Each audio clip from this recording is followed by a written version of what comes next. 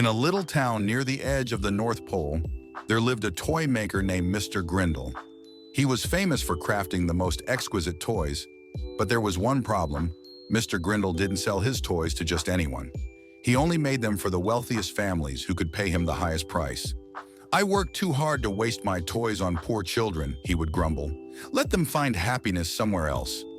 Santa, who watched over all the children in the world, noticed that the children in Mr. Grindle's town often seemed sad. Many had never received a gift at Christmas because their families couldn't afford it. This troubled Santa deeply, so he decided to pay Mr. Grindle a visit. One snowy evening, Santa disguised himself as a traveler and stopped by Mr. Grindle's shop. The shelves were lined with beautiful toys, wooden trains, delicate dolls, and sparkling music boxes. "Good evening," Santa said, pretending to admire the toys. "You make wonderful things. Do you ever give any away to children who can't afford them?" Mr. Grindle frowned. "Give them away? Why should I? I worked hard to make these toys. If people want them, they should pay for them."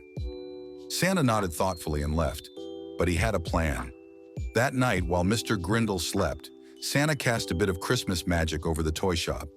When Mr. Grindle woke up the next morning, he found something strange. The toys were gone. Panicked, Mr. Grindle ran outside only to see children all over town playing with his toys. A little girl was hugging a doll he had made, while a boy laughed as he pulled a wooden train along the snow.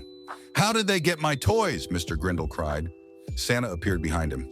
"I gave them to the children," he said.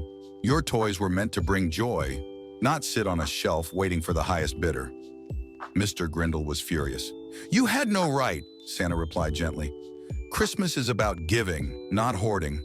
Look at their faces. Can't you see the happiness your work has brought them?" As Mr. Grindle watched the children laugh and play, something stirred in his heart. For the first time, he realized that the joy of his creations didn't come from their price, but from the smiles they brought to others. From that day on, Mr. Grindle changed.